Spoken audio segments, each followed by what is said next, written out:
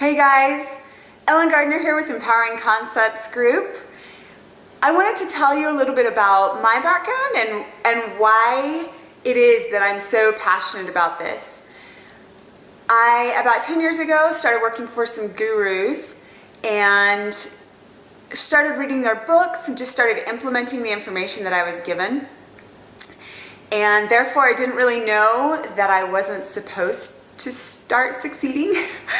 And began succeeding in real estate and a couple of other businesses, and was then on to doing seminars. So I trained people nationwide in seminars. Now, a lot of people will say, oh, well, you had it easy. You just did it, and you probably made a ton of money. Well, that's not how it all started. I started because my husband was in a job that was not able to provide for our family at the time, and I got angry and went out and got my own job, and I started in a customer service position. And after 2 months of that position, I had read the books that this guru had written and started implementing the information. So it wasn't something that I automatically knew. It wasn't something that I had been trained on. It was just something that I did. I took action. I've always really been an action taker and a kind of a serial entrepreneur, I guess you could say. As a kid, I was the lemonade stand kid with babysitting, and I sold wrapping paper door to door, and I was that kid, yeah. And I loved it. I learned at a very early age freedom, and what was so great about freedom. And although I learned about freedom, I still had, as an adult, I still had barriers that would keep me back, that I wasn't confident enough in myself. First off, because I've never been a super skinny person. I've always been kind of plump, and therefore I've been really judged. I felt that I was lazy or incompetent, and it probably wasn't a whole lot of people judging me, but more me judging myself as far as comparing myself to what other people envisioned someone to look like who was doing jobs that I was doing. So I put a lot of limiting beliefs on myself, and therefore really held myself back from some great opportunities I could have taken. However, when I started working for some of these gurus and gaining this information and just started acting on it, my confidence level started to shoot up. And then I became a seminar speaker. Well, I had just had my third baby, and I was at a seminar behind the desk, actually, wanting to interact with people as they came in and registered. And a woman looked at me and said, wait a minute, are you the one who's speaking? And I said, yeah. And she said, wow, you really look a lot different than the picture that was on the flyer. And I was like, thank you. So I just had my third baby and was a lot heavier than the picture that they had sent out on the flyer. And that just tore me down. And my perception of what I should have been as a speaker was not what I was wanting to be. Now fast forward a bunch of years, and I gained a lot more weight. And at that point in time, I was very depressed and very lost, because I'd been the kind of person who had accomplished pretty much every goal that I had put before myself by the time I was 30. And I was pretty proud of that, just because that was something not a lot of people have been able to say they've done or want to do. But for me, that was important because I was a very goal-oriented person. Well, I noticed that my life had pretty much spiraled out of control. Everything was. Financially, my weight, I no longer had the courage or the ambition to be in business. It was a mess. I was just a hot mess. And I knew I needed to get out. I knew I needed to find something different for myself and reasons to care. So in my journey of weight loss and weight gain and all of the emotional, eating disorders that I've been through in the last 30 plus years, I realized that there might be other people out there like me who need that help emotionally, because I tried the diets, I tried eating clean, I tried working out and exercising. I actually really like to do that once I get going. But it was more than that. There was more than just eating clean and exercising that wasn't connecting for me to be able to lose weight. In fact, I would lose about 10 pounds and think, woohoo, I'm on a roll, wow, and then I'd gain it right back. But I wasn't doing anything very different. I remember being on a plan where I could choose what I ate that had a certain number of points to keep me in line and focused. And one week I went in, I lost 2 pounds. The next week I went in, I lost 3 pounds. The next week I went in and gained 3 pounds. The next week I went in and gained 1 pound. Then I lost 2. It was just emotionally, I was going crazy. It was the first thing I thought of when I woke up. It was the last thing I thought of before I went to bed. It was everything in between. And I couldn't keep doing this to myself. So after multiple years of having eating disorders, as well as having various friends, acquaintances, doctors, psychologists, psychiatrist visits, learning a lot about the different emotional sides to our weight loss. There's a very physical side to it, which may be hormonal or chemical.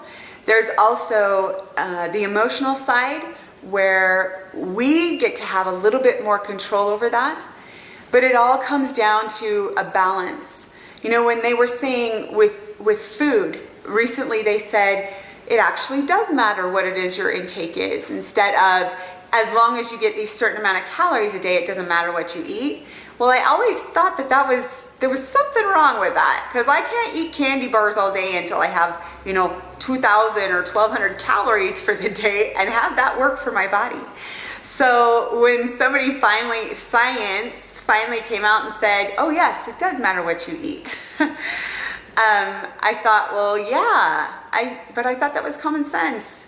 So a lot of the things that I think are common sense aren't common sense, and a lot of things that people do or do know aren't common sense to me. And so I wanted to have a forum or a group per se of action takers who are interested in learning how the emotional side of weight loss, weight gain, perfectionism, all these concepts that we've learned in our life, how we can actually utilize those.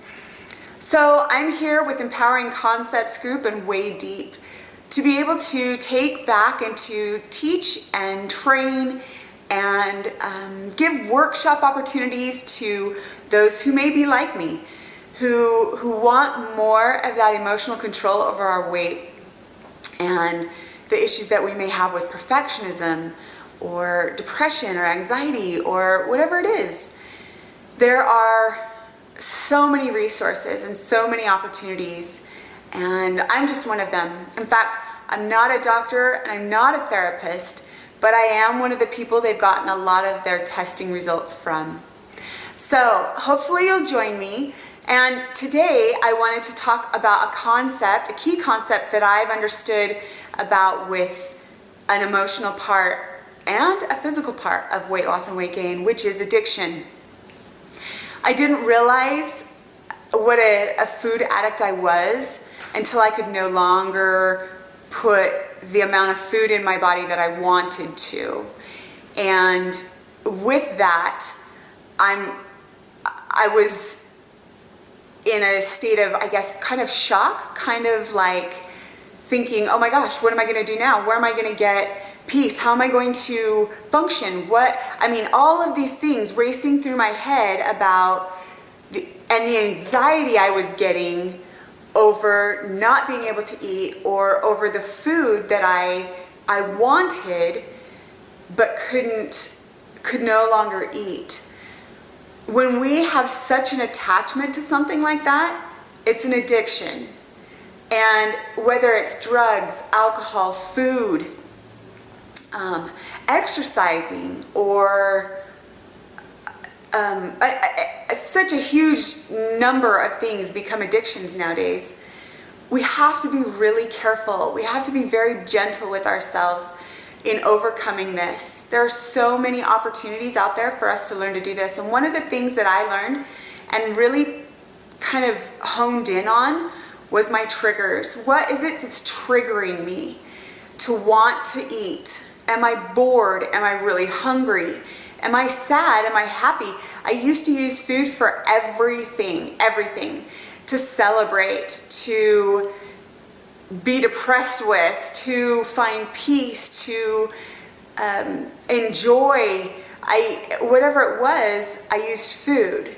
And I rewarded myself with food instead of with learning to cope in other ways. So one of the first things that I encourage people to do with addiction is to write down your triggers, to really pay attention to the things that get you in that position where you're, it's like you're desperate to eat, you're desperate to put something in your mouth, whether it's food or a drink, drinking your calories. I remember that one of the issues that I had with a trainer one time was I was set on a schedule to eat at certain times, to eat certain foods, and in between those times I was having anxiety attacks because I didn't know what to eat. And I called her one time and I said, look, I need something to eat. I need something. What can I eat that's not going to kill my diet? What's going to help me through this? This addiction, I don't want to relapse. And she didn't know what to do. She hadn't been in that position before. And I was very frustrated. It made me sad and very frustrated that, yes, I can go to somebody for the information on what I need to eat. I can go to somebody to set me up on an exercise schedule, but I couldn't utilize both that person to help me through the times that I needed. That those were the times, the trigger times, that I needed somebody to walk me through, or just to even be there to talk me through getting over this addiction. But I needed that help, and I didn't have that help at the time. So I'm here with Empowering Concepts Group to give the concepts that will help to help you gain empowerment.